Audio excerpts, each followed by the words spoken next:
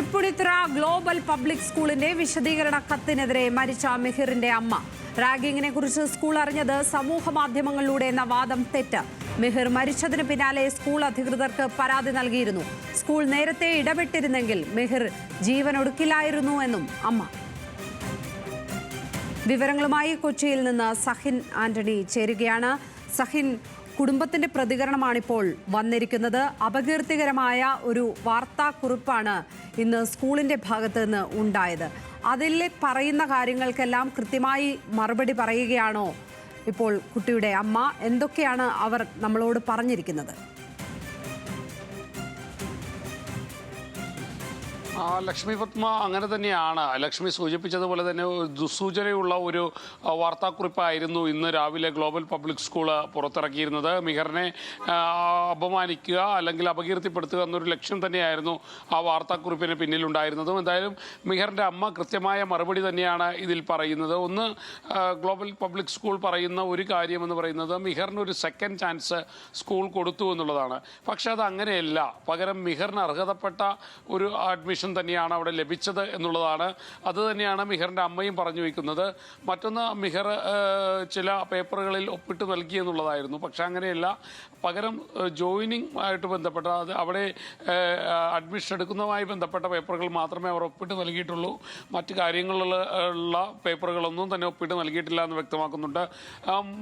മറ്റൊന്ന് പറയുന്നത്, മിഹിറിൻ്റെ മരണം അറിയുന്നത് നവമാധ്യമങ്ങളിലൂടെയും ഒപ്പം തന്നെ ഈ പറയുന്ന ഇൻസ്റ്റഗ്രാം അടക്കമുള്ള സംവിധാനങ്ങളിലൂടെയുമാണെന്നാണ് ഗ്ലോബൽ പബ്ലിക് സ്കൂള് പറഞ്ഞിരുന്നത്. എന്നാൽ അത് തെറ്റാണ് എന്നുള്ളത് തന്നെയാണ് മിഹിറിൻ്റെ അമ്മ തെളിവുകളുടെ അടിസ്ഥാനത്തിൽ പറയുന്നത്. കാരണം കഴിഞ്ഞ 23-ാം തീയതി, ജനുവരി 23-ാം തീയതി മിഹിറിൻ്റെ ആത്മഹത്യ റാഗിങ്ങിനെ തുടർന്നാണെന്ന് ചൂണ്ടിക്കാട്ടിക്കൊണ്ട് സ്കൂളിന് മിഹിറിൻ്റെ അമ്മ കത്തയച്ചിരുന്നു. ആ കത്ത് സ്കൂൾ മറച്ചു വയ്ക്കുകയാണ് ഉണ്ടായത്. യഥാർത്ഥത്തിൽ അതൊരു പോക്സോ കുറ്റമാണ്. കാരണം ഈ 14 വയസ്സേ മിഹിറിനുള്ളൂ. അതുകൊണ്ട് തന്നെ ആ കുട്ടിയുടെ മരണം റാഗിങ്ങിനെ തുടർന്നാണെന്ന് അവരുടെ കുടുംബ സ്കൂളിനെ അറിയിക്കുകയാണ്. എന്നിട്ട് ഇക്കാര്യം പോലീസിന് കൈമാറാതെ സ്കൂൾ അത് മറച്ചു വയ്ക്കുന്നു. ഇക്കാര്യം ആ അമ്മ കൃത്യമായി തന്നെ എഴുതി വെച്ചിട്ടുണ്ട്.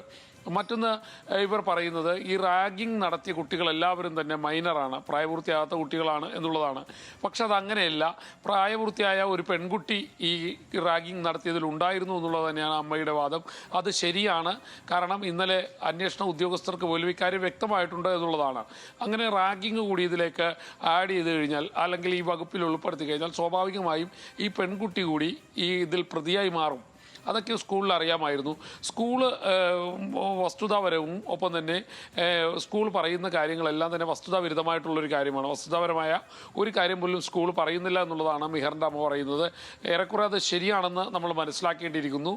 മറ്റൊന്ന്, മിഹിറിനെ വിഷയങ്ങളിൽ നേരത്തെ തന്നെ സ്കൂൾ ഇടപെട്ടിരുന്നെങ്കിൽ ഒരുപക്ഷെ മിഹിർ മരിക്കില്ലായിരുന്നു എന്നാണ് മിഹിറിൻ്റെ അമ്മ പറയുന്നത്. അതും ഏറെക്കുറെ ശരിയാണെന്നാണ് മനസ്സിലാക്കാൻ കഴിയുന്നത്. കൂടാതെ മിഹിറിൻ്റെ ആത്മഹത്യയുമായി ബന്ധപ്പെട്ടുകൊണ്ടുള്ള നിരവധി കാര്യങ്ങൾ പറയുന്നുണ്ട്. മറ്റൊന്ന്, മിഹിറിനെ മരിച്ചിട്ടും ഈ സ്കൂള് വേട്ടയാടുന്നു എന്നുള്ളത് മിഹിറിൻ്റെ അമ്മ ചൂണ്ടിക്കാണിക്കുകയാണ്. എന്തായാലും ഗ്ലോബൽ പബ്ലിക് സ്കൂൾ ഇന്ന് രാവിലെ ദുസ്സൂചനയോടുകൂടി അല്ലെങ്കിൽ അപകീർത്തിപ്പെടുത്തുക എന്ന ലക്ഷ്യത്തോടുകൂടി മിഹിറിനെതിരെ ഇറക്കിയ വാർത്താ കുറിപ്പിൽ ബദലായിട്ട് മിഹിറിൻ്റെ അമ്മ പറഞ്ഞിരിക്കുന്ന കാര്യങ്ങൾ അത് സ്കൂളിൻ്റെ കുറിക്ക് ുന്ന കാര്യങ്ങൾ തന്നെയാണ്. എന്തായാലും നാളെ സ്കൂൾ ഇതിന് മറുപടി പറയുമോ എന്നാണ് കാത്തിരുന്ന് കാണേണ്ടത്. ലക്ഷ്മി,